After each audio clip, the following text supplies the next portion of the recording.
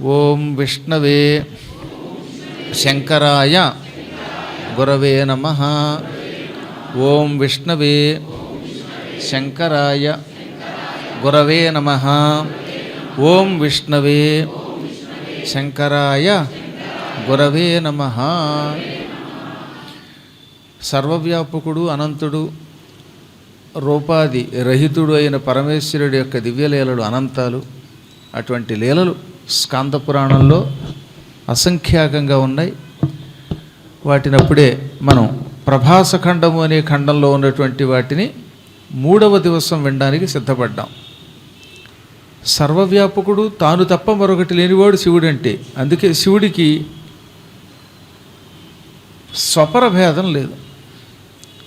మనం సామాన్య మానవులం కనుక కొంతమందిని మనవాళ్ళు అనుకుంటాం, కొంతమందిని పరులు అనుకుంటాం. ఈ పరాయి భేదం లేనటువంటి వాడు పరమాత్ముడు అంటే. అంతటా వ్యాపించినవాడు. ఈశ్వరుడు లేని స్థలము ఎక్కడుంది చూపించండి అంటే ఎవడూ చూపించలేడు. అటువంటి ఈశ్వరుణ్ణి దారుకావనంలో దిగంబరంగా విహరిస్తూ ఉన్నటువంటి వాణ్ణి ఒక్క మునిపత్తులు మాత్రమే గుర్తించారు. ఈయన ఈశ్వరుడు, మనందరికీ అధిష్టాన దేవత. లోకే స్త్రీప్రాయం ఇతరత్సర్వం. ఈ చరాచర జగత్తులో ఉన్న ప్రతి ప్రాణి స్త్రీ స్వరూపుడే. ఒక్క పరమాత్ముడు మాత్రమే పురుషుడు. ఈయన అనుసరిస్తే మనం కైలాసానికి వెళ్ళవచ్చు అని వెంటబడ్డం మొదలెట్టారు. ఇది మునులకు అర్థం కాలేదు. పోని వాళ్ళేమో సామాన్యుల, వాళ్ళు తపస్సు చేసిన వాళ్ళే. తెల్లవారులేస్తే వాళ్ళు శివుడినే ఉపాసిస్తున్నారు. కానీ ఆ శివుడే ఇప్పుడు ఈ దిగంబర రూపంలో తిరుగుతున్నాడని అర్థం కాలేదు వాళ్ళకి.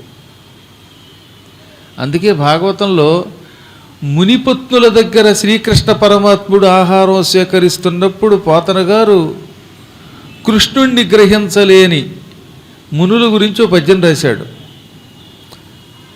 క్రతువున్ మంత్రము తంత్రమున్ ధనములున్ కాలంబు దేశంబు దేవతలు వనులు మేదినీసురులు ఎవ్వాడట్టి సర్వేశ్వరును మతినూహింపక గోపబాలుడనుచున్ మందస్థితిని జూచి దుర్మతులై అన్నము లేదు పొమ్మనిరి సమ్మాన క్రియాశూన్యులై. శ్రీకృష్ణ పరమాత్ముడు బృందావనంలో ఒకప్పుడు గోవులు మేపుతూ గోపాలకుల్ని వెంట పెట్టుకుని ఒక ప్రాంతానికి వెళ్ళాడు. అక్కడికి దగ్గరలోనే ఆంగిరసము అని ఒక యజ్ఞం చేస్తున్నారు కొంతమంది బ్రాహ్మణులు, మహాత్ములైన మునులు. వాళ్ళు కృష్ణుడి కోసమే యజ్ఞం చేస్తున్నారు. వాళ్ళని అనుగ్రహించాలనుకున్నాడు కృష్ణుడు. ఆ రోజు కృష్ణుడి యొక్క మాయ వల్ల కృష్ణుడితో పాటు వెళ్ళినటువంటి పిల్లలు అన్నం పట్టుకెళ్లకుండా వెళ్ళారు. రోజు బృందావనంలో గోవులు మేపుకోవడానికి వెళ్ళేటటువంటి గోపాలకులు చద్దన్నం పట్టుకెళ్ళేవారు. ప్రొద్దున్నే చద్దన్నం పట్టుకెళ్ళేవాళ్ళు ఆ రోజు పట్టుకెళ్ళడం మర్చిపోయారు. మాకు శిష్యుడు ఉన్నాడు. వర్షం లేనప్పుడు గొడుగు పెట్టుకొస్తాడు కారులో, వర్షం వచ్చినప్పుడు గొడుగు మర్చిపోతాడు. అలాగా రోజు చద్దన్నం పట్టుకెళ్ళేవాళ్ళు ఆ పూట చద్దన్నం మర్చిపోయారు. అదే కృష్ణమాయ అంటే. తీరా అడవిలోకి వెళ్ళగానే ఏ 12 దాకానో పెద్దగా ఆకలి వెయ్యని పిల్లలకి ఈ పూట 8 నుంచి ఆకలి వేయడం మొదలెట్టింది. మన దగ్గర అన్నం లేనప్పుడు ఆకలి ఎక్కువ వేస్తుందండోయ్. మంచినీళ్ళు లేనప్పుడు దాహం వేస్తాయి. మీరు ఎప్పుడైనా చూడండి, మీ బలహీనత, మీరు ట్రైన్లో ప్రయాణం చేసేటప్పుడు వాటర్ బాటిల్ పట్టుకెళ్ళకపోతే ఇంకెక్కడేం దాహం ఇస్తున్నట్టు, అయ్యి బాబోయ్ మంచినీళ్ళు పట్టుకెళ్ళలేదు అని. ఎందుకంటే అసలు మంచినీళ్ళు లేవనే బెంగ వల్ల ఎక్కువ నీళ్లు తాగాలనే కోరిక కలుగుతుంది, దాహం ఎక్కువ వేస్తుంది. మనం అన్నం పట్టుకెళ్ళినప్పుడు రైల్లోకి ఆ పూట ఎక్కువ ఆకలి ఇస్తుంది. అదే మనతో కూడా పట్టుకెడితే ఉంది కదా ఎప్పుడైనా తినచ్చని అనుకుంటాం, లేనప్పుడు ఆకలి ఎక్కువ వేస్తుంది అనమాట. అదే విచిత్రం. అలాగే ఆ పూట వీళ్ళందరికీ కడుపులో గంట కొట్టింది, మంట బయలుదేరింది. కృష్ణ కృష్ణ ఆకలికి తట్టుకోలేకపోతున్నాం, ఈ పూట ఏమో చద్దన్నం కూడా తెచ్చుకోలేదు, ఎలా అని వాళ్ళంతా కృష్ణుడి దగ్గర మొరపెట్టుకున్నారు, ఏడ్చారు. ఆకలి వేసినా కృష్ణుడినే తలుచుకునేవారు వారు. నిద్ర రాకపోయినా కృష్ణుడే, ఆఖరికి దోమలు కుట్టినా కృష్ణుడే. అన్నిటికీ కృష్ణుడే తలుచుకునేవారు. దోమలు కొడితే ఆ అడవిలో కృష్ణుడు ఏం చేస్తాడు అనుకోలేదు. కృష్ణుడిని తలుచుకుంటే కృష్ణ కృష్ణ రక్షించు అంటే దోమల నుంచి రక్షిస్తాడు, భామల నుంచి రక్షిస్తాడు, అన్నం పెడతాడు, నిద్ర వచ్చేలా చేస్తాడు అని ఎల్లవేళలా కృష్ణుడే తలుచుకుంటున్నారు వారు. ఈ పూట కూడా కృష్ణుడిని అడిగితే అప్పుడు కృష్ణుడే ఉన్నాడు, ఇక్కడ కొంతమంది బ్రహ్మజ్ఞానులు ఉన్నారు, వారికి నేనంటే చాలా భక్తి, వారు శరీరముతో స్వర్గానికి వెళ్ళడం కోసం ఆంగిరసం అనే ఒక యజ్ఞం చేస్తున్నారు. ఆ యజ్ఞం ఇవాళతో పూర్తవుతోంది. యజ్ఞం పూర్తయ్యేటప్పుడు పూర్ణాహుతి అయిపోగానే ఎవరైనా అన్నం అడిగితే పెడతారు వారు. పైగా ఈ పూటతో కార్యక్రమాలన్నీ కూడా పూర్తవుతున్నాయి కనుక మడిపట్టింపు కూడా ఉండదు. మీరంతా అక్కడికి వెళ్ళి భోజనం అడిగి తీసుకురండి అన్నాడు ఆయన. కృష్ణుడు ఏదో చెబుతూనే ఉండగా ఓహో ఇక్కడ యజ్ఞం జరుగుతుందంటే వాళ్ళు భోజనం పెడతారట అని పూర్తిగా మాట వరకుండా పరిగెత్తారు వీళ్ళు. కృష్ణుడు ఏదో చెప్పబోతున్నాడు, ఇంకా వినరు వీళ్ళు కొందరు. దానికి జీకే అని పేరు, అంటే గొడ్డు కంగారు. గొడ్డు కంగారు చూసారా మీరు ఎప్పుడైనా? ఆవులు 2-3 ఉంటే ఒక ఆవు గడ్డి పెడితే మిగతా ఆవులు అని ఓ కంగారు పడిపోతాయి. అన్నిటికీ పెట్టమేమో, దానికి మాత్రమేమో పెడతామేమోనని. అలాగే కొంతమంది ఉంటారు, ప్రసాదం పెడుతున్నప్పుడు ఆఖరి వాడి కంగారుని వాడి చివరికి వచ్చేసరికి ఇది దొరకదేమోనని. ఈ కంగారు ఎవరిలో ఉంటే వాళ్ళందరూ గొడ్డు కంగారులే. అలా కృష్ణుడి మాట వినిపించుకోకుండా పరిగెత్తుకుంటూ వెళ్ళిపోయారు. వెళ్ళిన వాళ్ళంతా 4 మైళ్ళు నడిచి ఈ ఆంగిరసం అనే యజ్ఞం చేస్తున్న ప్రాంతానికి వెళ్ళారు. అంటే ఈ గోవులు మేపుకోవడానికి వీళ్ళు వచ్చిన స్థలం నుంచి 4 మైళ్ళ దూరంలో ఉందట యజ్ఞ ప్రదేశం. ఆ సమయంలో వాళ్ళు పూర్ణాహుతికి సిద్ధంగా ఉన్నారు. ఒక 10 నిమిషాలు అయితే పూర్ణాహుతి అయ్యేది. ఈలోపు వీళ్ళ కంగారు కదా, ఆకలి తట్టుకోలేక, మహానుభావులారా, మునులారా, మేమంతా ఈ పూట ఆకలితో మాడిపోతున్నాం, ప్రొద్దుటే ఇంట్లోంచి బయలుదేరాం, కనీసం కాఫీ చుక్క కూడా తాగలేదు, ఇంత జున్ను ముక్కు కూడా తినలేదు, మలమల మాడిపోతున్నాం, ఈ అడవిలోకి వచ్చేటప్పుడు మంచినీళ్ళు కూడా తెచ్చుకోవడం మర్చిపోయాం, మీరు మహానుభావులు, బ్రహ్మజ్ఞానులు, పూర్ణాహుతి అయిపోవడంతో, బ్రహ్మయాగం పూర్తవడంతో నివేదనలు చేసి పరమాత్మకి పెడతారు. అలా పరమాత్మకి నివేదన చేసినది ఇతరులకి పెట్టకుండా తినరని విన్నాం. అలా పెట్టడం పుణ్యం కూడా. మా అందరికీ ఇంత అన్నం పెట్టండి, కృష్ణుడితో వచ్చాం, కృష్ణుడు ఇక్కడే ఉన్నాడు అనగానే వాళ్ళకి జ్ఞానోదయం ఇంకా అవ్వలేదు.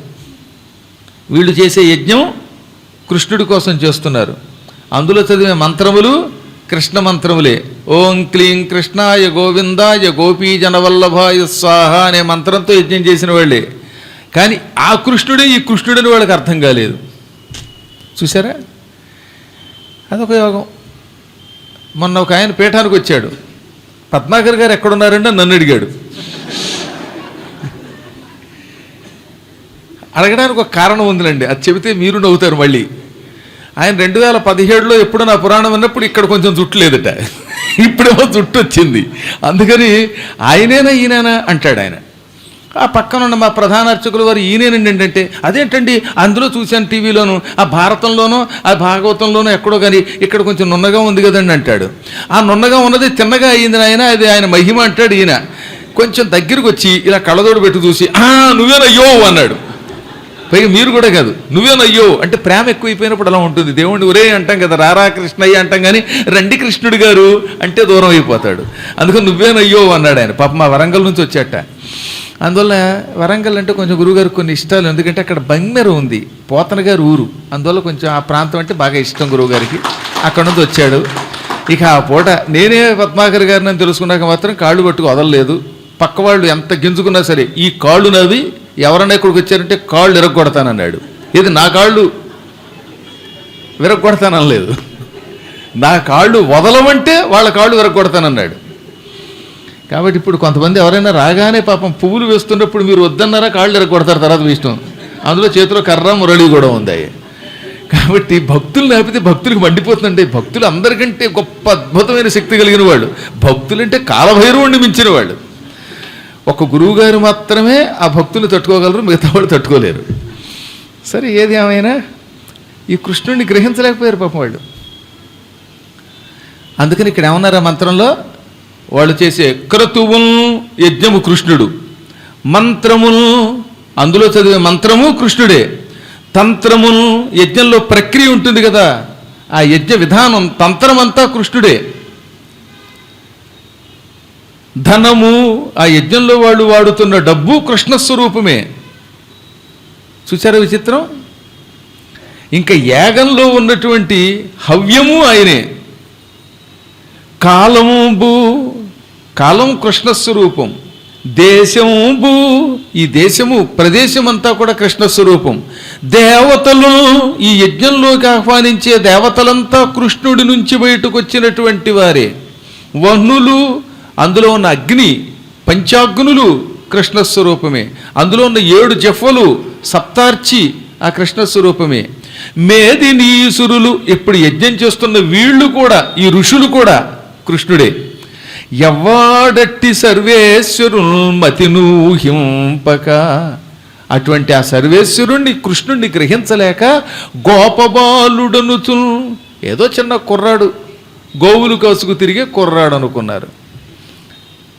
అందుకని వాళ్ళు ఏం చేశారు? మందస్థితిని చూచి, బుర్ర పనిచేయలేదట, జ్ఞానం తగ్గిపోయిందట. అందుకని మందస్థితి అన్నారు. జ్ఞానం బాగా తగ్గిపోగా దుర్మతులై అన్నము లేదు పొమ్మనిరి, దుష్టబుద్ధులైపోయారు. కాసేపు పాపం వాళ్ళ బుద్ధి పాడైపోయింది. అదే దురదృష్టం అంటే. అన్నం లేదు, సున్నము లేదు, గెట్ అవుట్ అన్నారు, పొమ్మన్నారు ఏకంగా.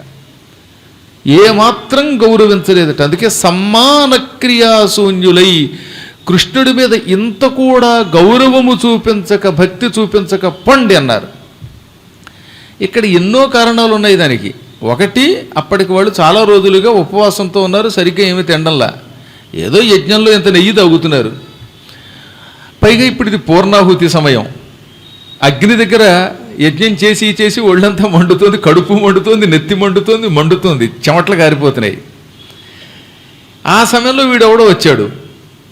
సాధారణంగా ఈ పూర్ణాహుతులు అవుతున్నప్పుడు, ఈ అభిషేకాలు అయ్యాక హారతిస్తున్నప్పుడు పలకరిస్తే మండిపోతుంది కొందరికి, ఎందుకంటే నీరసంతో ఉంటారు కనుక.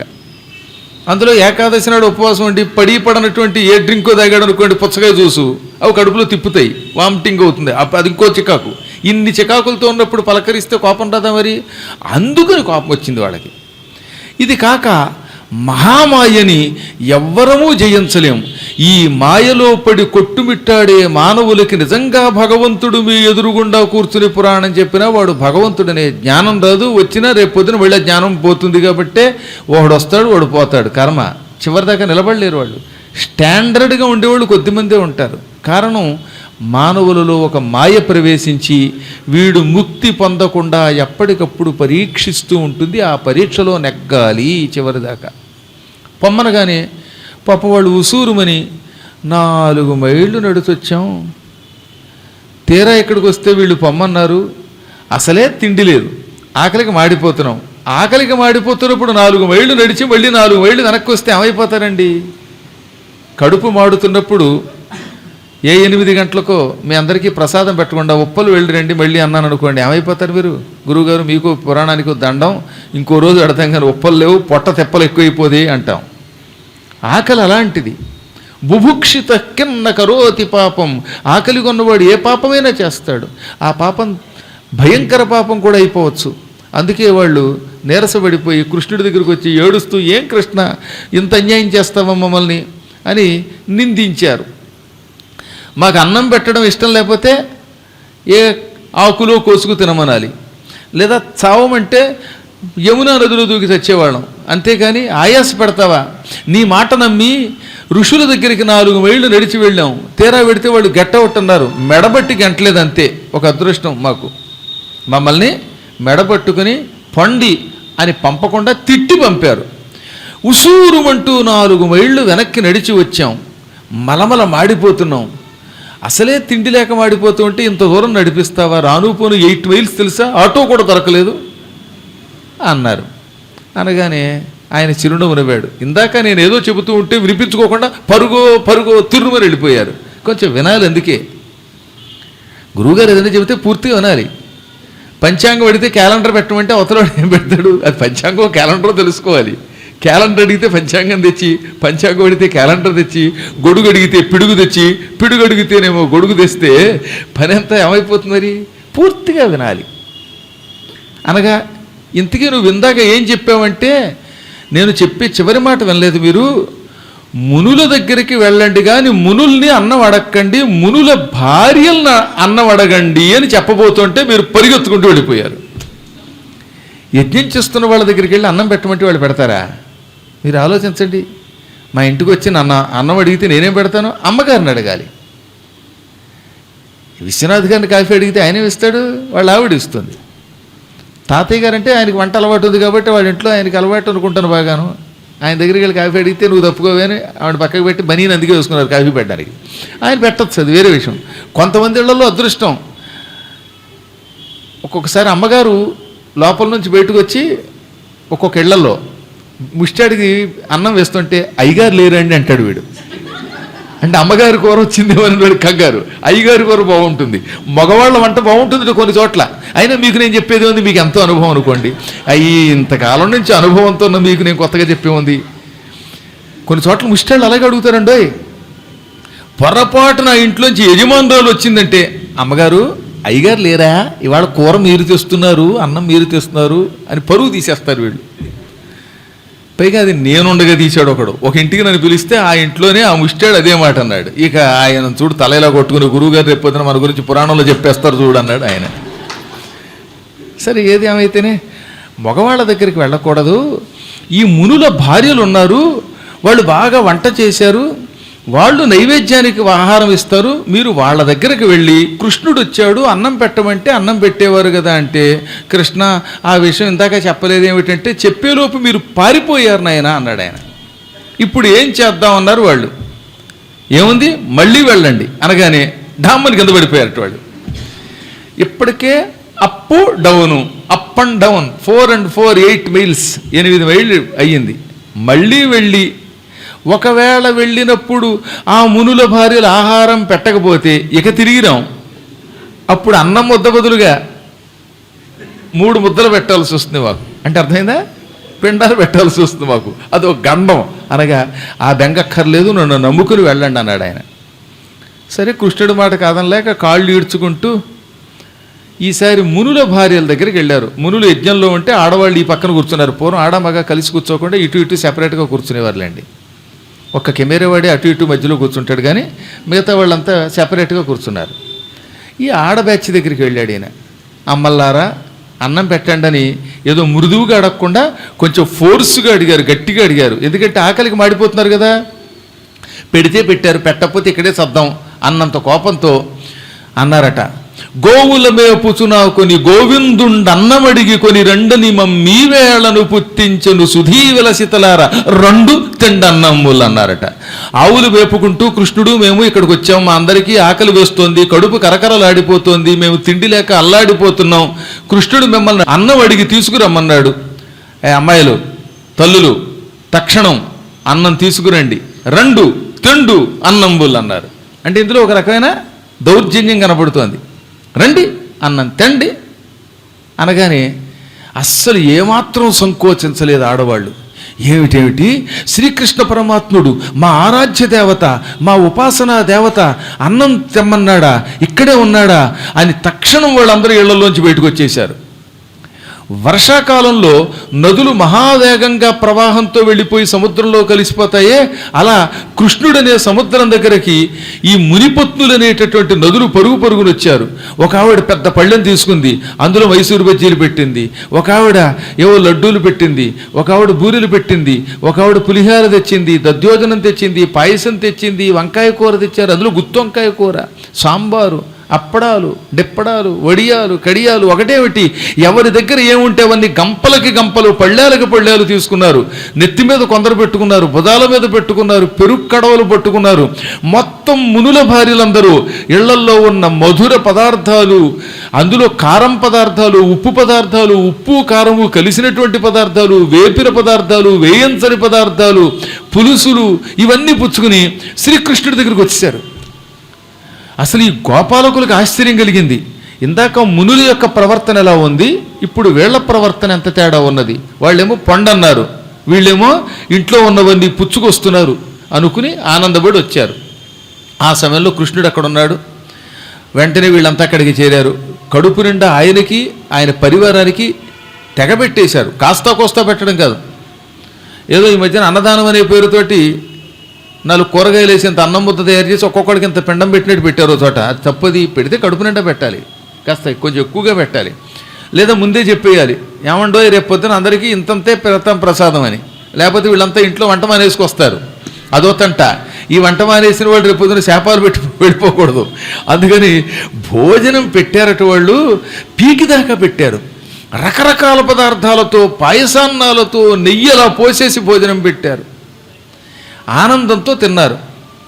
తిన్న తర్వాత శ్రీకృష్ణ పరమాత్మునితోటి గోపికలు, కృష్ణ మేము ఇంకింటికి వెళ్ళాం, మా అందరినీ వైకుంఠానికి పంపించు అనగా ఆయన నవ్వి, అప్పుడే వైకుంఠానికి వచ్చే అధికారం మీకు లేదు, ఇంకా మీరు కొంతకాలం భూలోకంలో ఉండండి. మీ భర్తలు మహాత్ములు, వాళ్ళు క్షణికోద్రేకంలో నన్ను గుర్తించలేకపోమన్నారు తప్ప వాళ్ళు జ్ఞానులు కాకపోవటం కాదు, వాళ్ళు మహాత్ములు. మీరు లేకపోతే పూర్ణాహుతి ఆగిపోతుంది. భార్యలు పక్కన లేకపోతే కొన్ని యజ్ఞములు పూర్ణాహుతి చేయకూడదు, ఆంగిరస యాగం అసలు చేయకూడదు. కాబట్టి మీ అందరూ ఇళ్ళకి వెళ్ళండి అనగా, ఇంట్లో భర్తలకు కూడా చెప్పకుండా ఆహారం పట్టుకొచ్చాం కదా, ఇప్పుడు వాళ్ళు ఇంట్లోకి రానిస్తారా అని ఒక ఆవిడ అడిగింది. మీ భర్తలు తప్పక రానిస్తారు. ఒకవేళ ఏ భార్యనైనా వాళ్ళ భర్త ఇంట్లోకి రావడానికి వీలు కాదు అంటే వెంటనే నన్ను తలుచుకోండి, ఆ తర్వాత ఏం జరుగుతుందో చూడండి అన్నాడు. అప్పుడు వాళ్ళు కృష్ణుడికి ప్రదక్షిణ చేసి, పరమాత్మ చిన్న బాలుడి రూపంలో ఉన్నావు, మాకు నీవే సర్వాంతర్యామివేని మా భర్తలు కూడా గుర్తించి నిన్ను పూజించే భాగ్యం ప్రసాదించు అని ఆయన చుట్టూ ప్రదక్షిణ చేసి నమస్కరించి వెళ్ళిపోయారు. వాళ్ళు వెళ్ళగానే శ్రీకృష్ణుడి అనుగ్రహం వల్ల జ్ఞానోదయం అయ్యింది ఈ మొత్తం ఋషులకి. అందరూ రెండని పిలిచారు వాళ్ళని. ఒక్క ఆయన మాత్రం ఏమన్నాడు, ఎట్టి పరిస్థితుల్లోనూ లోపలికి రావద్దు, నన్ను కాదని. పూర్ణాహుతి సమయంలో ఎవడో కుర్రాడు వస్తే ఇంత చేసి 5 ఏళ్ళు 7 ఏళ్ళు ఉన్నాయి వాడికి. ఆ టైంలో ఇంకా 8 ఏళ్ళు పూర్తిగా రాలా. 7 ఏళ్ల కుర్రాడు ఒకడు పిలిస్తే వాడే దేవుడని వెళ్ళిపోతావా? ఈ భర్త కంటే ఆ కుర్రాడే నీకు దేవుడా? గడప తొక్కొద్దు, లోపలికి రావద్దన్నాడు. వెంటనే ఇంతమంది చూస్తూ ఉండగా, ఈ మునుల భార్యలు చూస్తూ ఉండగా ఆవిడ కృష్ణ అన్నది. తక్షణం ఒక బొటన వేలంత జ్యోతిగా మారిపోయి అందరూ చూస్తూ ఉండగా ఆవిడ ఆత్మ ఆకాశంలోకి వెళ్ళిపోయింది. కృష్ణుడు ఆకాశంలో ప్రత్యక్షమయ్యాడు, కృష్ణుడిలో లీనమైపోయింది ఆవిడ. అప్పుడు పూర్తిగా జ్ఞానోదయం అయ్యింది ఋషులకందరికీ. అందుకే ఈ పద్యాన్ని పోతన గారు ఇక్కడ మళ్ళీ తిప్పి అదే పద్యం రాశాడు. క్రతువుల్ మంత్రము తంత్రముల్ ధనములు కాలంబు దేశంబు దేవతలు వహ్నులు మేదినీసురులు ఎవ్వాడట్టి సర్వేశుడు ఈ క్షితిరక్షంపజనిల్చినాడు ఎరుగము ఆ శ్రీభర్తకుల్ కర్తకుల్ కుతలోద్ధర్తకు మేము మృక్కెదము రక్షోనాథ సంహర్తకును. అయ్యో మనం ఎంత దురదృష్టవంతులం. ఈ యజ్ఞం, ఇందులో మంత్రం తంత్రం ధనం కాలం దేశం దేవతలు అగ్నులు బ్రాహ్మణులు సమస్తం ఆ పరమాత్మే. అటువంటి సర్వేశ్వరుడు ఈ భూమండలంలో ధర్మ సంస్థాపన చేసి అధర్మం నాశనం చేసి దుష్ట శిక్షణ చేసి శిష్ట రక్షణ చేయటానికి అవతరించాడు. ఆ సర్వేశ్వరుణ్ణి గుర్తించలేకపోయాం, గోపబాలుడు అనుకున్నాం. దురదృష్టవంతులం మనం. ఆయన లక్ష్మీ వల్లభుడు, కుతలోద్ధర్త.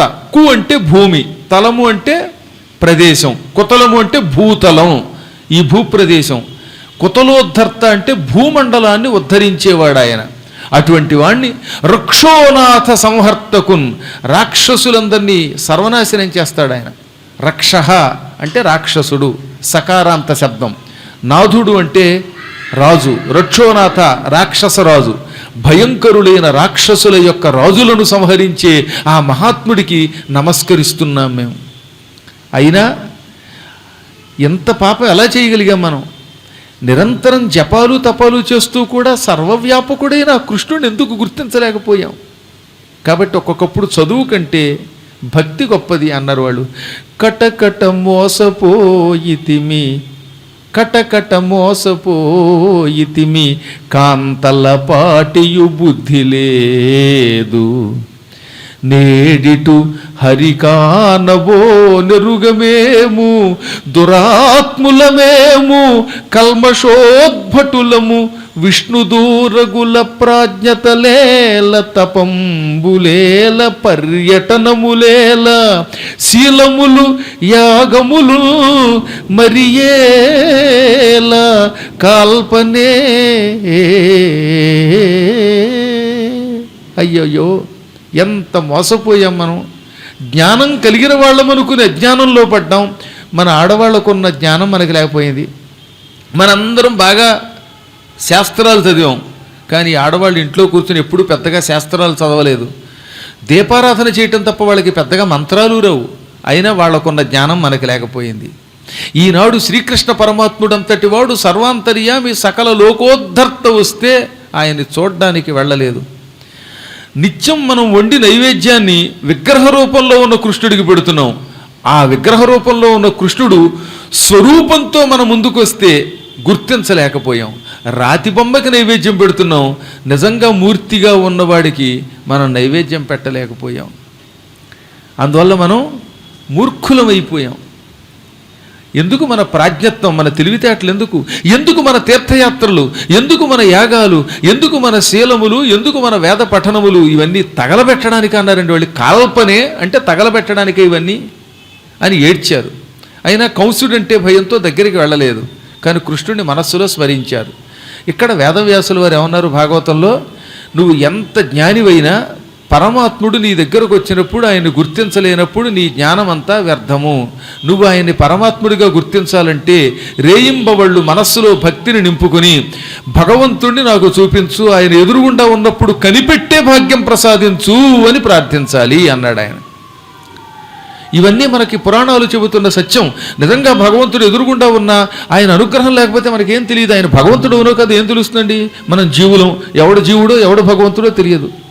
తెలియాలంటే దృఢమైన అచంచలమైన భక్తి కావాలి. అది లేకే నిరంతరం తపస్సు చేస్తున్న ఈ దారుకావనంలో తపస్సు చేస్తున్న ఋషులు శివుణ్ణి కనిపెట్టలేకపోయారు. కానీ వాళ్ళ భార్యలు ఆయన శివుడు ఈ దిగంబర రూపంలో మన ఆశ్రమాల దగ్గరకు వచ్చాడు.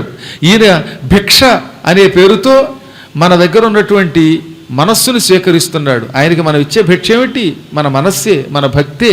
ఆయనకి వేరే భిక్ష అక్కర్లేదు. ఆ భిక్ష స్వీకరిస్తాడు, రక్ష కలిగిస్తాడు అనుకుని వెంటబడ్డారు. ఈ కథ నిన్న కొంత చెప్పానుగా మీకు. ఇది మునులు కనిపెట్టారు. మన ఆడవాళ్ళంతా ఎవడు వెంట పడుతున్నారో చూద్దామని మధ్యాహ్నం పూట వాళ్ళు పొదల్లో దాక్కున్నారు. వాళ్ళ కళ్ళ ముందు శివుడి దిగంబర రూపంలో భిక్షాందేహి అంటూ వెళ్ళిపోతున్నాడు. అసలు ఆ రూపాన్ని చూస్తే కళ్ళల్లోంచి నీళ్లు వస్తాయి, ఆనందం కలుగుతుంది. మునిపత్నులకి ఎన్నో జన్మల్లో సంస్కారం ఉన్నది. ఆ సంస్కారం వల్లే ఆయన్ని చూడగానే పరవశించిపోయారు.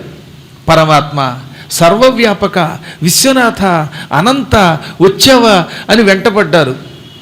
ఫలాలు, కందమూలాలు, ఇళ్లలో ఉన్న ఏ పదార్థాలు ఉంటే ఆ పదార్థాలన్నీ ఆయనకి సమర్పించారు. కొంతమంది ఆవు పాలు ఇచ్చారు, వెన్న ఇచ్చారు, నెయ్యి ఇచ్చారు. ఇవన్నీ సమర్పిస్తూ ఉంటే గ్రహించలేని మునులు వీడెవడో దుర్మార్గుడు, మోసగాడు అనుకున్నారు, కపటి అనుకున్నారు, మాయావి అనుకున్నారు. ఓరి మాయావి ఆగు, రేరేసట మాయావిన్ అన్నారు. ఓరి మూర్ఖుడా, ముండేడా, మాయావి, ఈ స్త్రీలందరినీ దిగంబర రూపంలో వచ్చి వంచిస్తున్నావా? వాళ్ళని వెంట తిప్పుకుంటున్నావా? నీతో తీర్థయాత్రలకు పట్టుకుపోతున్నావా అని ఆగ్రహించారు. పళ్ళు పటపట కొరికారు. శివుడు ఏం పట్టించుకోకుండా వెళ్ళిపోతుంటే తాళ్ళు వేసి కట్టబోయారు. ఆ తాళ్ళు శ్రీకృష్ణుడికి, ఆ పరమేశ్వరుడికి తగిలి భస్మం అయిపోయాయి. అప్పుడు వాళ్ళలో ఒకటి పైన కండువా విసిరాడు బంధించడానికి. ఆ కండువాలన్నీ పటపట తెగిపోయాయి. దాంతో ఇతడెవడో మహామాయావి, మన బంధాలకి లొంగేటట్లేడు. తాళ్లతో కానీ, కండువాలతో కానీ, రజ్జువులతో కానీ, పంచెలతో కానీ కట్టలేకపోతున్నాం. వీడిని ఎలా కట్టాలి అని భావించి అక్కడున్న రకరకాలైనటువంటి రజ్జువులు ఉన్నాయి, చాంతాళ్ళు మొదలైనవి, అవన్నీ బంధించి విసిరారట ఆయన మీదకి. ఈ తాళ్ళన్నీ ఒకదానికోటి ముడివేసి విసిరారు ఆయన మీదకి. అవన్నీ తెగిపోయాయి. అప్పుడు వాళ్ళు, మా తపశ్శక్తి అంతా ధారపోస్తున్నాం, నీకు లింగపతనం అయిపోగాక అని శపించారు. అలా అయితే వీడు భ్రష్టుడవుతాడని.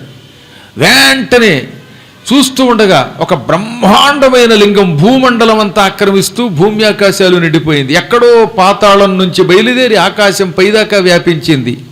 ఆ పాతాళ నభస్థలాంత భువన బ్రహ్మాండమా విస్ఫురత్ జ్యోతిస్ఫాటిక లింగ మౌళి విలసత్పూర్ణేందు అంతామృతై అస్తోకాప్లుతమేకమీశమనిశం రుద్రానువాకాంజపన్ ధ్యాయే దీప్సిత సిద్ధయే ధ్రువపదం విప్రోభిషించేచ్ఛవం అని వేదం చెబుతున్న అపూర్వమైన శివలింగం అక్కడ ఏర్పడిపోయింది. అత్యద్భుతమైన జ్యోతిస్వరూపం ఆ శివలింగం స్ఫటిక కాంతులతో ఉన్నది. ఎక్కడో పాతాళంలో మొదలయ్యింది, ఆకాశం పైదాకా వెళ్ళిపోయింది, మొత్తం భువన బ్రహ్మాండములంతా అది వ్యాపించేసింది. ఇక్కడక్కడ అనే తేడా లేకుండా తూర్పు పడమర ఉత్తరం దక్షిణం అంతటా నిండిపోయింది. ఒకటే లింగం, మహాలింగం, కాంతివంతమైన లింగం, స్ఫటికాకృతితో ఉన్నది. అటువంటి దానిని చూచి దేవతలంతా ఆనందంతో పరవశించిపోయి ఓం నమ శివాయ అన్నారు. అప్పుడు మునులకి ఇదేమిట్రా, ఇతడు ఎవడికో లింగపతనం అవ్వాలంటే ఇక్కడ ఏదో విచిత్రమైన శివలింగం వచ్చింది అనుకున్నారు. అప్పటిదాకా వాళ్ళకి శివలింగం అంటే ఏమిటో తెలియదు.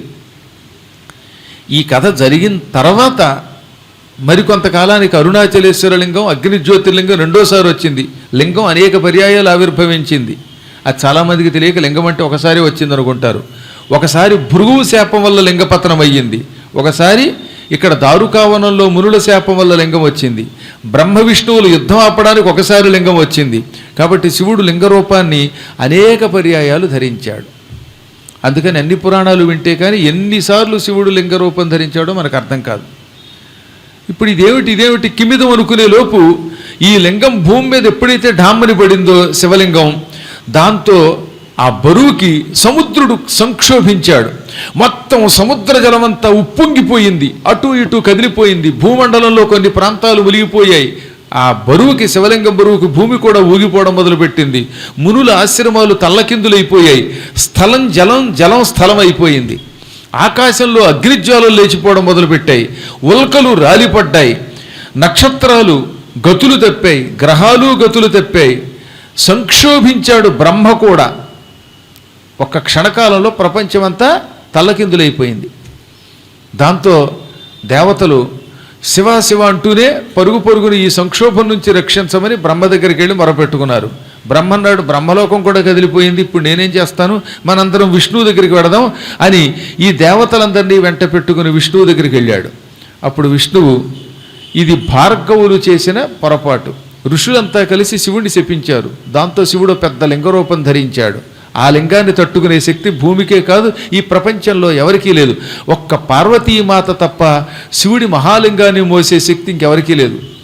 నిజంగా ఏదో చిన్న చిన్న లింగాలు మనం మోస్తున్నాం, కానీ పెద్ద శివలింగం కనపడితే సినిమాల్లో అంటే మోసేసి ఆ జలపాతాల దగ్గర పెట్టచ్చు అట్లింగం, కానీ నిజంగా లింగం మోయమన్నట్టు తెలుస్తుంది. మా పీఠానికి లింగం తెచ్చాం, క్రేన్తో ఎత్తవలసి వచ్చింది, మనుషులు ఎత్తలేకపోయారు దాన్ని. అదే సినిమాల్లో అయితే అయ్యే ఇంత శివలింగాన్ని టిక్ టిక్ టిక్ అని ఎత్తేస్తాడు వాడు. ఏమిటో అట్టలింగాలు కాబట్టి. ఒరిజినల్ లింగాన్ని ఎత్తేపడం అయితే అసలు ఆయన పిలిస్తే చాలు పీఠంలోకి, ప్రతిష్టకి ఇంకా క్రేన్లు అక్కర్లా, అవునా? కాబట్టి అవి సినిమాలు సరదాగా ఉంటాయి. అవి చూసినప్పుడు నేను కూడా అప్పుడప్పుడు అనుకునేవాడు అనమాట, పీఠంలో నేను కూడా ఇలా లింగం ఎత్తేసి అక్కడ పెట్టేస్తే బాగుండరా, అసలు ఎందుకని ఈ అందరం ఈ గోడ జనమంతా ఎందుకని. కుదరదే, అది చాలా కష్టం. ఏదో చిన్న చిన్న విగ్రహాలు అయితే మోస్తాం, కానీ అంత పెద్ద వాటిని ఎక్కడ మోస్తారండి. ఏదో ఆంజనేయులు అంటే మోసేస్తాడు, మోసేయంటే గురువుగారు, అది వేరే విషయం, ఆంజనేయుడు కనుక. కానీ అందువల్ల జగన్మాత పార్వతి తప్ప ఈ శక్తిని భూమి తట్టుకోలేదు. అందుకే భూమి అంతా సంక్షోభించింది, ప్రపంచం అంతా తల్లకిందులైపోతోంది. ఇప్పుడు మనందరం శివుడినే శరణు వేడదాం అని అందరూ కలిసి శివుడి దగ్గరికి వచ్చారు. ఆ సమయంలో శివుడు నిర్వికారంగా ఒక ఏకాంత ప్రదేశంలో కూర్చుని జపంలో ఉన్నాడు. వెంటనే వీళ్ళంతా సాష్టాంగ నమస్కారం చేశారు. శివ రక్షించు రక్షించన్నారు. దేవ జగన్నాథ దేవేంద్ర వందిత వితత చారిత్ర సంతత పవిత్ర హాలాహలాహార అహిరాజ కేయూర బాలేందుభూష సద్భక్త పోష. దేవ జగన్నాథ, దేవేంద్రాదుల చేత నిరంతరం నమస్కారం అందుకునే నీకు నమస్కరిస్తున్నాం.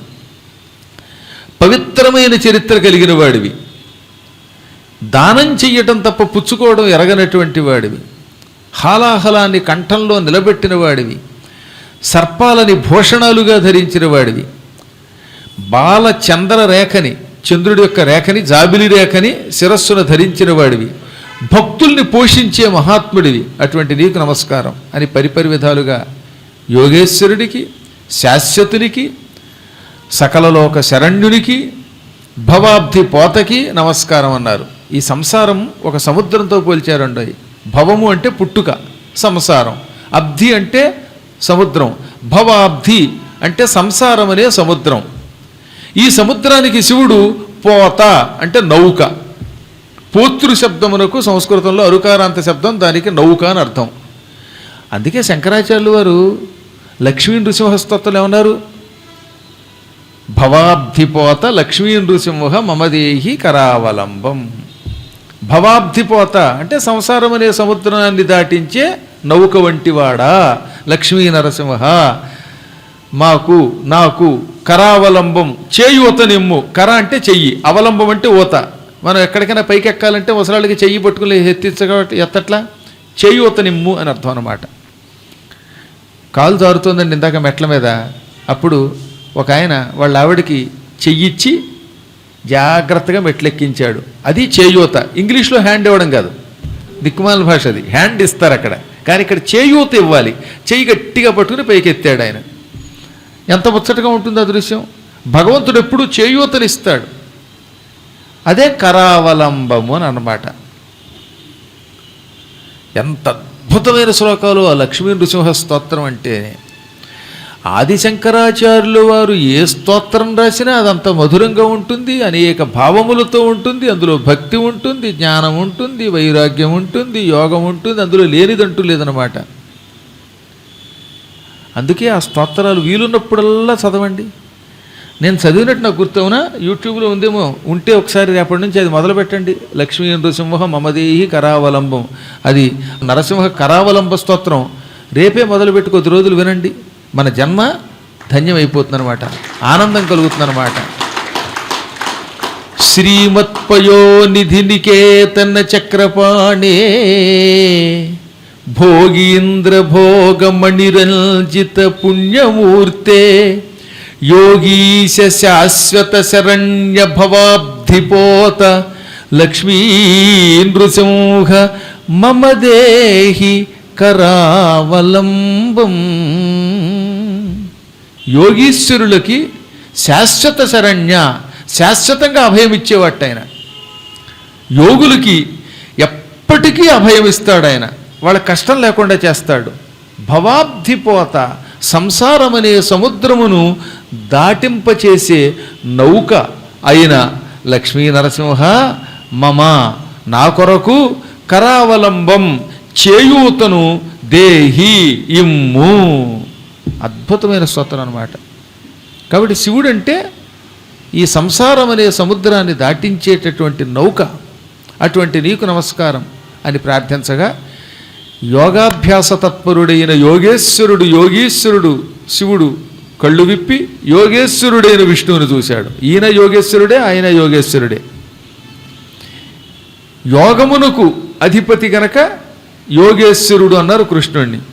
ఆ యోగాభ్యాసమే ఆయన చేసే అధిపతి గనక శివుడు యోగేశ్వరుడే. యోగులకు ఈశ్వరుడు గనక యోగీశ్వరుడు. యోగులకు కూడా వాళ్ళిద్దరూ ఈశ్వరులే. అందువల్ల యోగేశ్వర శబ్దం అటు శివుడికి ఇటు కృష్ణుడికి కూడా వాడతాం, ఇద్దరు యోగులే గనక. ఆ విషయం మనకి తెలియాలంటే మనకు ఆ యోగం పట్టాలి. లేకపోతే ఆ యోగం లేకపోతే శివకేశవులకి భేదం పాటిస్తాం తప్ప అభేదం పాటించలేం. ఆయన కళ్ళు విప్పి, మహాత్ములరా, నేను ఒకప్పుడు మునులందరికీ వాక్శుద్ధినిచ్చాను. తపస్సు చేసే మునులు శాపం పెడితే ఆ శాపం జరుగుతుంది, వాళ్ళు ఏమంటే అది అయిపోతుంది. వారి తపశ్శక్తి వల్ల వారికి వాక్శుద్ధి వాక్సిద్ధి కలిగేటట్టుగా అనుగ్రహించాను. ఆ శక్తిని నేనే ఇచ్చాను కనుక వాళ్ళ శక్తిని నేను అనుభవించాలి. నేను ఈ మునుల యొక్క తపస్సునకు మెచ్చుకుని వారందరికీ శరీరంతో కైలాసం ఇవ్వాలి అని దారుకావనంలో తిరిగాను. కానీ మునులలో ఇంకా మేము గొప్పవాళ్ళమనే అహంకారం పోలేదు. మునుల భార్యలలో అసలు అహంకారమే లేదు. స్త్రీలలో నిరహంకార భక్తి ఉంది, పురుషులలో అహంకార భక్తి ఉన్నది. అహంకారం ఉన్నంత వరకు వచ్చినవాడు భగవంతుడనే గుర్తింపు ఉండదు. అందువల్ల మొట్టమొదట భక్తుడు అహంకారాన్ని తొలగించుకోవాలి. అహంకారం వల్ల ఏమవుతుందట? కోపం వస్తుంది. క్రోధం వల్ల ఏమవుతుంది? గురువుల్ని కూడా తిడతాడు, చంపుతాడు. అందుకని ముందు అహంకారం పోతే క్రోధం తగ్గుతుంది.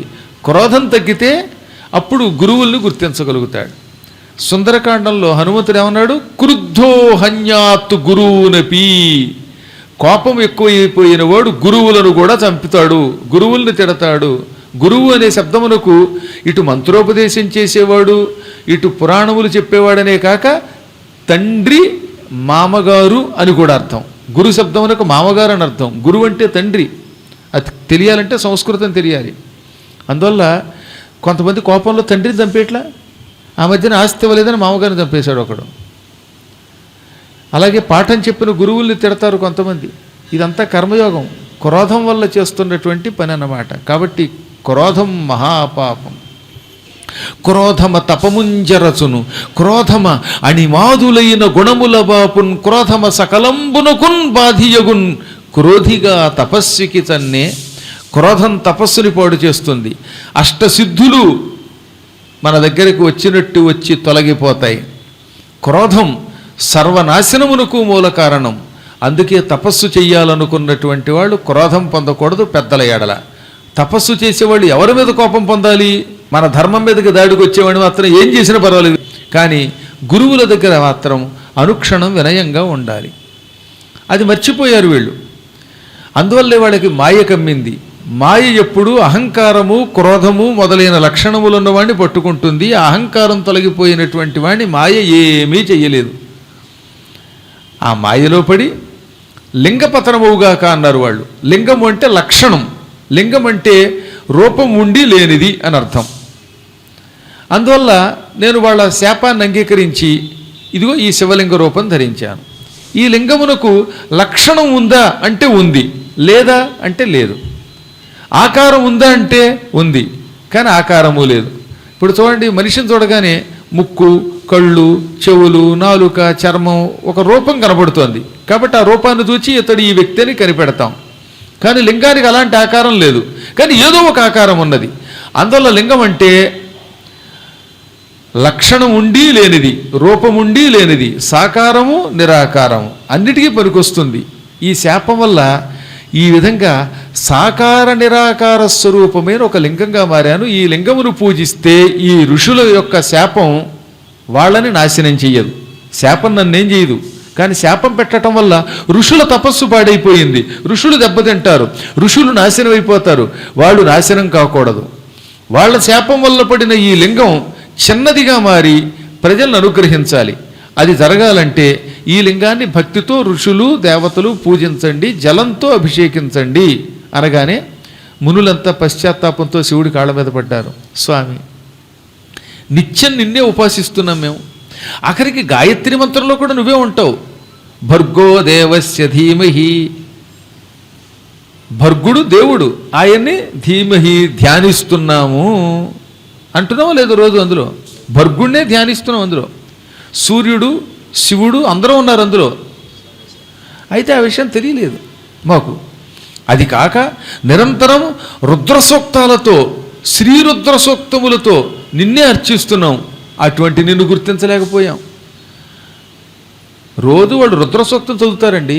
ఆ రుద్రసూక్తం చదువుతూ శివుణ్ణే పూజిస్తున్నారు వాళ్ళు. చూచారా విచిత్రం? వాళ్ళు చదివే మంత్రములలో ఉన్న దేవత ఈ రూపంలో వస్తే గుర్తుపట్టలేకపోయామన్నారు వాళ్ళే. బ్రహ్మాండ వ్యాప్త దేహ భసిత హిమరుచ భాసమానా భుజంగై కంఠే కాళాః కపర్దాః కలిత శశికళాః చండకోదండహస్త త్ర్యక్ష రుద్రాక్షమాలా సులలిత వపుష శాంభవా మూర్తిభేదాః రుద్రాః శ్రీరుద్ర సూక్త ప్రకటిత విభవ నః ప్రయచ్ఛन्तు సౌఖ్యం. శివుడు 11 రూపాల్లో ఉంటాడు. ఆ రూపాలని ఏకాదశ రుద్రులు అంటాం. ఈ ఏకాదశి రుద్రులు ఒకే రూపంలో ఉంటారు. 11 రూపములు ఉంటాయి, కానీ అందరూ ఒకే ఆకారంలో ఉంటారు, తేడా ఉండదు. ఆ 11 మంది కవలల్లా కనపడతారన్నమాట. వాళ్ళు ఎటువంటి వాళ్ళు?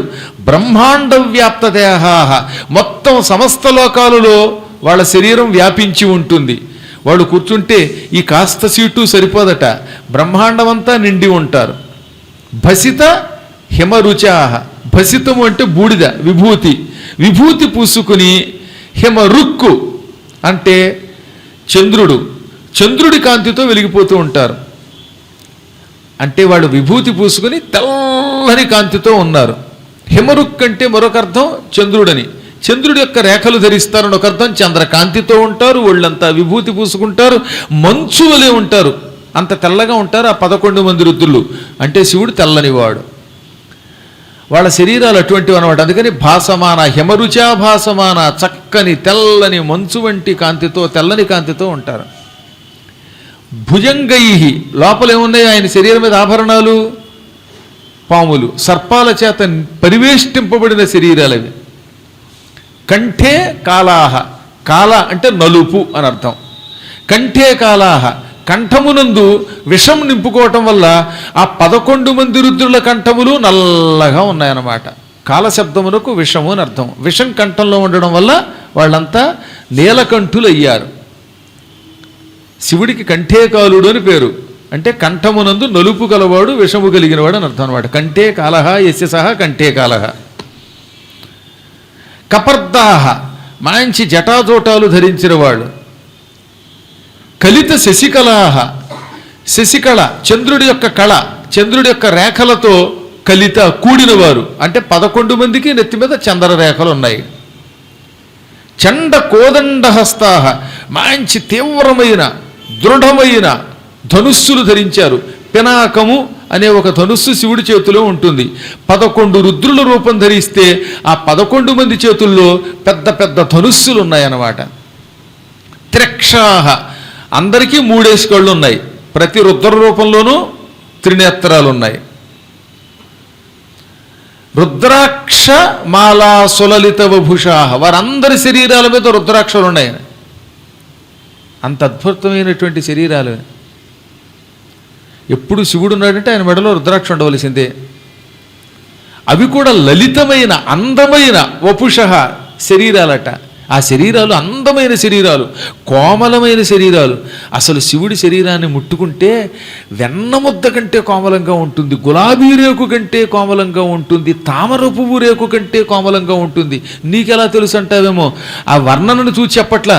వర్ణనలో లలితమైన శరీరం కలిగినటువంటి వాళ్ళంతా అని చెప్పారు. కానీ నిజంగా నేను అనుభూతి చెందాను, పొందాను, ఆయన ముట్టుకోగలిగాను, నాకు ఆ యోగం పట్టింది.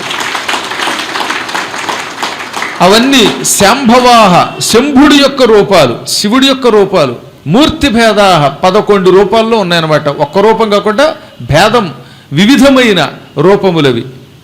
మూర్తి భేదం అనగా ఒక్క రూపం కాకుండా అనేక రూపములతో ఉన్నాయన్నమాట. అవన్నీ ఎటువంటివి? రుద్రాహ, రుద్రస్వరూపాలు, ఏకాదశ రుద్రస్వరూపాలు. శ్రీ రుద్రసూక్త ప్రకటిత విభవాహ, రుద్ర సూక్తం అని ఒక సూక్తం ఉన్నది. పురుష సూక్తం, స్త్రీ సూక్తంలాగా రుద్ర సూక్తం కూడా. ఈ రుద్ర సూక్తమునందు ఆ శివుడి యొక్క వైభవం ప్రకటించబడింది. అనగా రుద్ర సూక్తమునందు శివుడి గొప్పతనాన్ని వర్ణించారు. అందులో ఎలా వర్ణించారో అలాంటి రూపములతో ఉన్నారట వాళ్ళు. రుద్ర సూక్తములో చెప్పబడినట్లుగా వర్ణించినట్టుగా కనబడుతున్నారు. సాధారణంగా కొన్ని చోట్ల వర్ణిస్తాం కానీ ఆ వర్ణన అక్కడ కనపడదు. పెళ్లి కూతురు గురించి చెబుతారు, అందులో ఏమని బయోడేటాలో పెళ్లి కూతురు తెల్లగానే ఉంటుంది, కానీ ఎదురుగుండా కూర్చుంటే కనపడలేదు తెల్లగా. మేకప్లో ఉన్నప్పుడు అలా కనపడుతుందని చెప్పడు వీడు. జుట్టు బాగా ఉంటుంది, ఏమిటో మరి అది బుట్టు ఉంటుంది, చెవులకు లోలక్కులు ఉంటాయి. లోలక్కులు ఎప్పుడు ఉంటాయో తీసేయచ్చు రేపు పొద్దున మళ్ళీ. కాబట్టి అందులో వర్ణించినట్టుగా ఉండాలని లేదు. మ్యారేజ్లో ఫోటోలను చూసి మోసపోకూడదు. డైరెక్ట్గా చూసుకున్నప్పుడు అమ్మాయి ఇలా ఉంటుంది, అబ్బాయి ఇలా ఉంటుంది. అబ్బాయిని చూశానండి ఓ చోట, అబ్బాయిని ఫోటో చూస్తే చాలా బాగున్నాడు వాడు. తీరా ఎదురుగుండా చూస్తే వీడైనా పెళ్లి కొడుకుని మూర్చి వచ్చింది నాకు. కాబట్టి అందులో బయోడేటాలో చెప్పబడిన లక్షణములన్నీ అందరి దగ్గర ఎక్కడ ఉంటాయి? ఏదో నాలాంటి వాడిని పక్కన పెడితే. కాబట్టి వర్ణించినట్టుగా అక్కడ కనపడరు వాళ్ళు. కానీ రుద్రుడు అలా కాదట. నిజంగా శ్రీరుద్ర సూక్తములో ఆయన గురించి ఏం చెప్పారో అంతకంటే ఇంకా గొప్పగా ఉన్నాడు తప్ప తక్కువగా లేడనమాట. అటువంటి రుద్ర మూర్తులున్నాయే, నహ మా కొరకు సౌఖ్యం సుఖమును ప్రయచ్చంతు సమర్పించుగా, మమ్మల్ని సుఖం వైపు మళ్లించుగాక, అనగా శివుడి యొక్క ఏకాదశి రూపములు మాకెప్పుడు సుఖమునే ఇచ్చుగాక, మాకు ఆనందం కలిగించుగాక అని అర్థం అనమాట. అంత గొప్ప సూక్తం. ఆ సూక్తములో ఉన్న పరమాత్ముని, వర్ణించిన పరమాత్ముని ఇప్పుడు వాళ్ళు కనిపెట్టలేకపోయారు. దానివల్ల వాళ్ళకి పాపం వస్తుందిట. ఆ పాపం పోవాలంటే అభిషేకం చెయ్యాలి, జలధారతో అభిషేకం చెయ్యాలి. వెంటనే నిజంగా పశ్చాత్తాపడ్డారండో ఈ ఋషులంతా. మేమెంత మూర్ఖులం అనుకున్నారు, అజ్ఞానంలో పడిపోయాం, మాయలో పడిపోయాం, పరమేశ్వరుడు ఎదురుగుండా వస్తే గుర్తించలేకపోయాం, ఆయన గురించి రుద్ర సూక్తంలో చదివాం, ఆ రుద్రుణ్ణి గుర్తించలేకపోయాం అనుకుని వెంటనే శివుడి కాళ్ళ మీద పడ్డారు. సముద్ర జలాలు, నదీ నద జలాలు పట్టుకొచ్చారు. ఆ అపూర్వ జలములతో శివుడికి అభిషేకం చేశారు. అప్పుడు శివుడు అన్నాడు, దేవతలారా, పూర్వం వశిష్ఠుడు ఈ ప్రాంతంలో ఒక నది ఉంటే బాగుండన్నాడు. అప్పుడు నేను ఆయన కోసం నది ఇవ్వలేకపోయాను. ఇప్పుడు వశిష్ఠుడి కోసం నేను ఒక నది ఇస్తున్నాను. ఆ నది గంగ. ఆయన వెంట ప్రవహించి గోమతి అని పిలువబడుతుంది అని తన శిరస్సు మీద ఉన్న గంగలో కొంత భాగాన్ని బ్రహ్మగారి కమండలంలో పోశాడు. బ్రహ్మగారు ఆ కమండలాన్ని వశిష్ఠుడున్న చోట దిమ్మరించాడు. అప్పుడు వశిష్ఠుడు తూర్పు దిక్కు నుండి తపస్సు చేస్తున్నాడు. వెంటనే వశిష్ఠుడి వెంట ఆ గోమతి అనే పేరు కలిగిన నదం వచ్చింది. గంగాజలమే గోమతి అనే పేరుతో ఆయన వెంట ప్రవహించింది తూర్పు నుంచి పడమరకి. నైమిషారణ్యం నుంచి అలా ప్రవహిస్తూ గుజరాత్లోకి వచ్చింది పశ్చిమం దగ్గరికి. ఇదిగో ఈ ప్రభాస క్షేత్రం దగ్గర ఇప్పుడు ఈ ఋషులంతా శివుడి యొక్క లింగాన్ని అభిషేకిస్తున్న చోటికి దబ్బ దబ్బ ప్రవహించుకుంటూ వచ్చింది, సముద్రంలో కలిసింది. ఈ సముద్రంలో గోమతి కలుస్తున్నప్పుడు నీరు చాలా ఉప్పగా ఉంటుంది, ఆ నీటికి శక్తి ఎక్కువగా ఉంటుంది, మహిమ ఎక్కువగా ఉంటుంది. ఆ నీటితో కూడా నాకు అభిషేకం చేయండి అన్నాడు శివుడు. వీళ్ళంతా అప్పుడు ఆ గోమతీ జలం కూడా పట్టుకొచ్చారు. గోమతీ జలం మీద శివుడి శిరస్సు మీద పోసి నమక చమకాలు రుద్ర సూక్తాలు చదివి అభిషేకం చేశారు. అభిషేకం చేయగానే శివుడు సంతోషించి, ఇది ఇక్కడ పాప విమోచన లింగము ప్రభాసలింగం అనే పేరుతోటి ప్రసిద్ధికెక్కుతుంది. ఈ లింగాన్ని దర్శనం చేసుకున్నటువంటి వాళ్ళు తెలిసి కానీ తెలియక కానీ గురునింద చేసినా దేవతా నింద చేసినా ఆ నిందా పాపం తొలగిపోతుంది. ఈ లింగం కలియుగాంతవరకు ఇక్కడ ఉంటుంది అన్నాడు. ఇప్పటికీ ఆ లింగం అక్కడ ఉన్నది ప్రభాసలింగం అని పిలువబడుతూ ఉంటుంది. ఆ లింగం ఆనాడు ఈ దేవతల యొక్క కోరిక మీద భూలోకంలో వెలిసినటువంటి లింగం, మునుల శాపం వల్ల ఏర్పడిన లింగం. అప్పుడున్న లింగం ఇప్పుడు చిన్న లింగం అయ్యింది. ఇప్పటికీ నాగేశ్వర జ్యోతిర్లింగానికి పక్కనే ఉంటుంది ఆ లింగం, కానీ అదే లింగం అని మనకు తెలియదు. అది ప్రభాసలింగం అని పిలువబడుతుంది.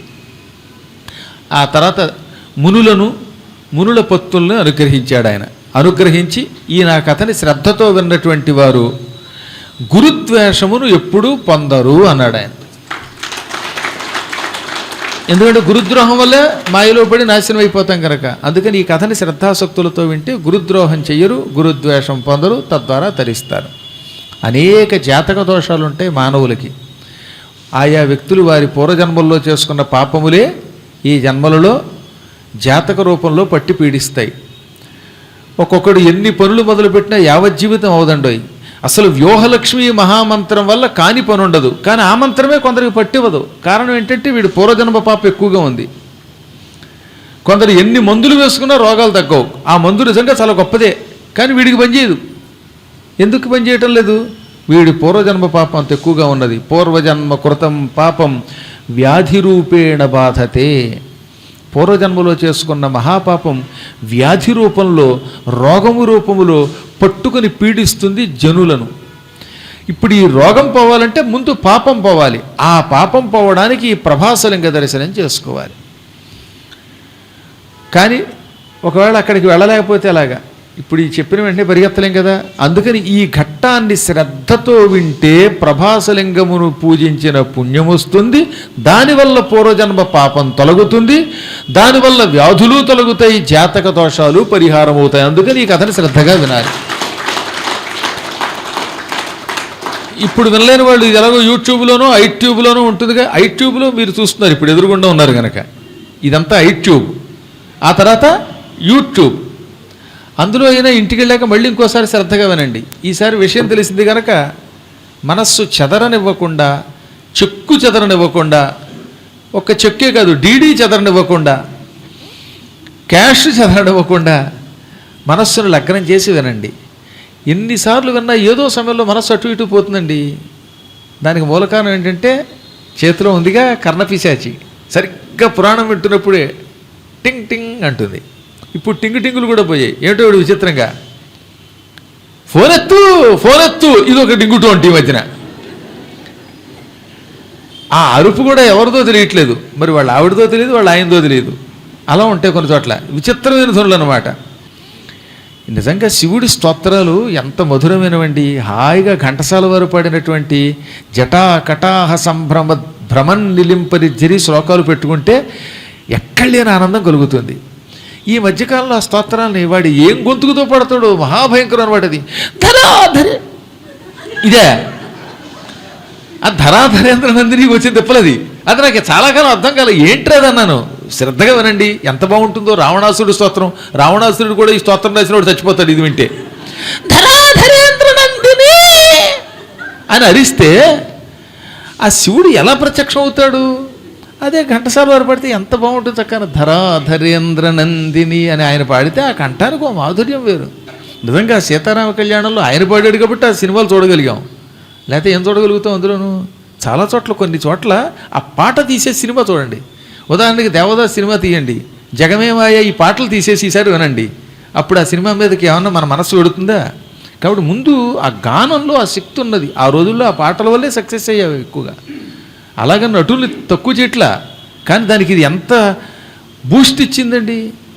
మహానుభావుడు ఆయన పాడుతుంటే కానరార కైలాస నివాస అంటే దగ్గర రాకుండా ఉంటాడు ఆయన. సర్పభూషితాంగా కందర్పదర్పభంగా సర్పభూషితాంగా కందర్పదర్పభంగా భవపాశనాశ పార్వతీ మనోహర హే మహేశ వ్యోమకేశ త్రిపురహర కానరార కైలాస నివాస అంటే శివుడు తక్షణం దిగొస్తాడు ఆ కంఠానికి, ఆ మాధుర్యానికి పరవశించానమాట. అంతేగాని వీడు ఏడుస్తూ పాడుతూ ఉంటే ఏమిటో ఇప్పటికీ ఆ శబ్దాలు కూడా అర్థం కావు. ఆ శబ్దాలు మనకే అర్థం అవ్వకపోతే శివుడికి ఏం అర్థం అవుతాయి పాపం. ఆయన ముక్కు మూసుకు తపస్సు చేసుకుంటున్న వాడి దగ్గరికి వెళ్ళేది ఏమిటో అర్థం కాక వీడెవడో ఏడుస్తున్నట్టున్నాడు, వాడి ఏడుపు అంతా భూలోకంలో ఉన్న మానవులు చూసుకుంటారులే అని ఆ మహానుభావుడు రావడం మానేస్తాడు.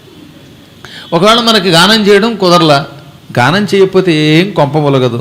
శివ, కేశవ, మాధవ, నారాయణ అంటూ మీకు తోచినట్టుగా మీ వాయిస్సుతో పిలవండి, సంతోషపడిపోతాడు ఆయన. సరే అవన్నీ పక్కన పెడితే మొత్తం మీద ఎందుకో తెలియదు కానీ మానవుడి యొక్క మనస్సుకి నిలుకడతనం తగ్గిపోయింది. ఆ నిలకడ నిలబడాలంటే కొంచెం మంచి పాటలు రింగుటోనుగా పెట్టుకోండి అని చెబుతున్నాను, అంతకంటే లేదు. అవన్నీ పక్కన పెట్టేసి కాసేపు ఆ ఫోన్ని అదేదో సైలెంట్ మోడ్లో పెట్టేసుకుని అందులోనే యూట్యూబ్లో మళ్ళీ ఈ కథ ఇంకోసారి పెట్టుకుని శ్రద్ధగా వినండి.